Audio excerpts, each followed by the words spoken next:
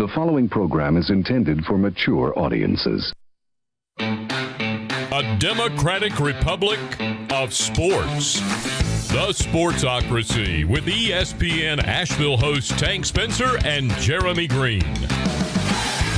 We are live in the Wicked Weed studio, wickedweedbrewing.com. Drink different. I'm Tank Spencer, Jeremy Greene alongside as always, and we are talking about the team needs for the New York Jets in the 2021 NFL Draft, which we will be live from the Wicked Weed studio for starting on April the 29th. We'll be here Thursday night, Friday night, all day on Saturday for all the day 3 picks. It's going to be a whole lot of fun. What do your New York Jets need in this draft, Jeremy, other than obviously the quarterback that they are going to be taking with the number 2 pick?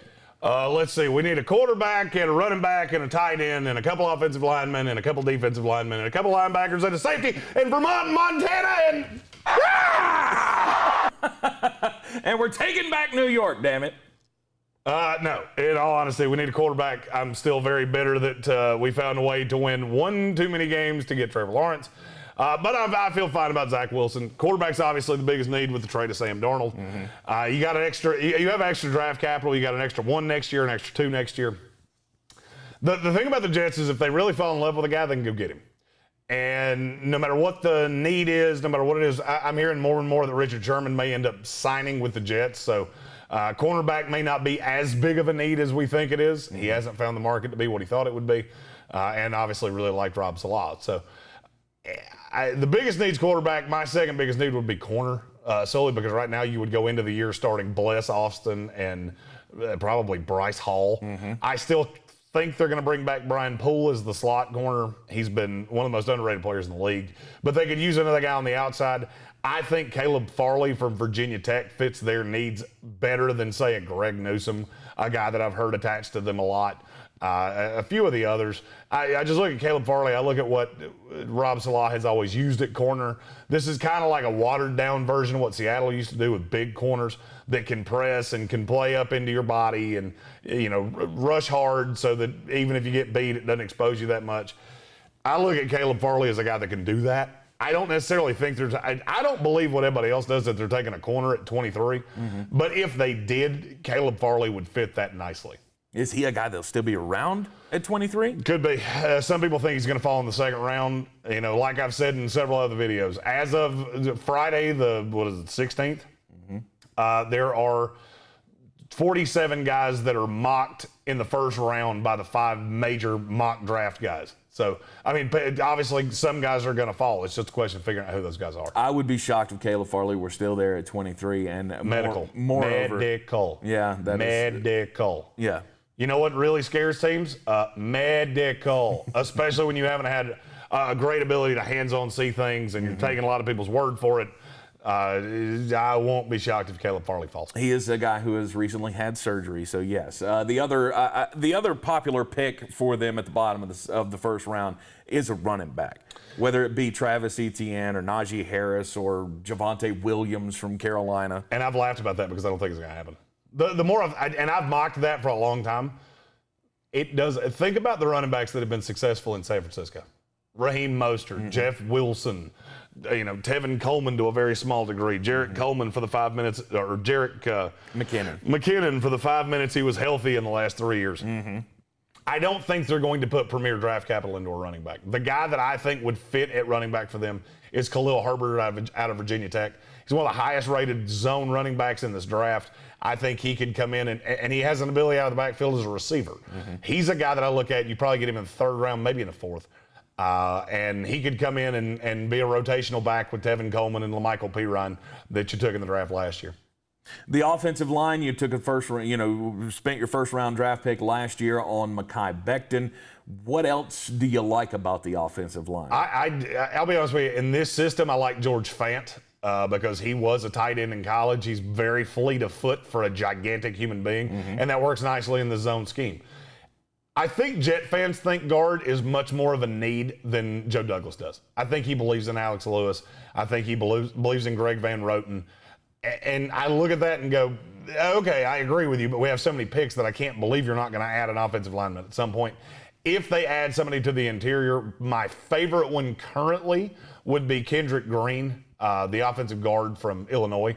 This is another guy. Fits the zone scheme really well. He's a gigantic human being. He would fit nicely next to Mekhi Becton. We would have the most intimidating looking left side of an offensive line in the NFL.